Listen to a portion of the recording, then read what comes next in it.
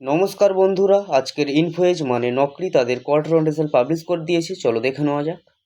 এখানে সমস্ত ফিগার মিলিয়ে আছে, এটাকে আমরা কোটিতে কনভার্ট করে বলবো। চলো প্রথমে সিকোয়েন্সটা চেক করে নিই। 30/6/2025, 30/6/2026 okay year on year. 31/3/2026, 30/6/2026 okay quarter on quarter.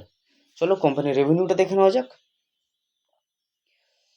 আগের কোয়ার্টারে ছিল 805 কোটি, আগের বছরে ছিল 736 কোটি এবং এই কোয়ার্টারে হয়েছে 824 কোটি।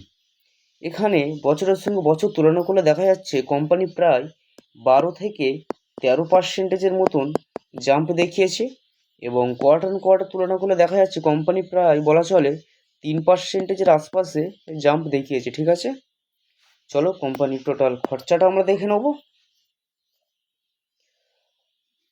আগের কোয়ার্টারে ছিল 482 কোটি, আগের বছরে ছিল 486 কোটি এবং এই কোয়ার্টারে হয়েছে 490 কোটি। ঠিক আছে, কোম্পানি খরচা ঠিকঠাকই রেখেছে। চলো কোম্পানির আমরা নেট প্রফিটটা দেখে নেব।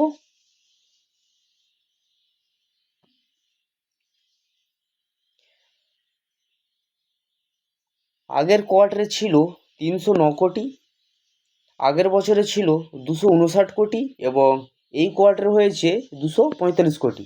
ঠিক আছে, এখানে বছরের সঙ্গে বছর তুলনা করলে দেখা যাচ্ছে কোম্পানি ডাউন নিয়ে এসছে, প্রায় বলা চলে 6%-এর আশপাশে কোম্পানি ডাউন নিয়ে এসছে প্রফিটের ক্ষেত্রে ইয়ার অন ইয়ার, এবং কোয়ার্টার অন কোয়ার্টার কোম্পানি মোটামুটি ডাউন নিয়ে এসছে। চলো কোম্পানি প্রফিট ভালো আনতে পারেনি। চলো কোম্পানির আমরা ইপিএসটা দেখে নেব।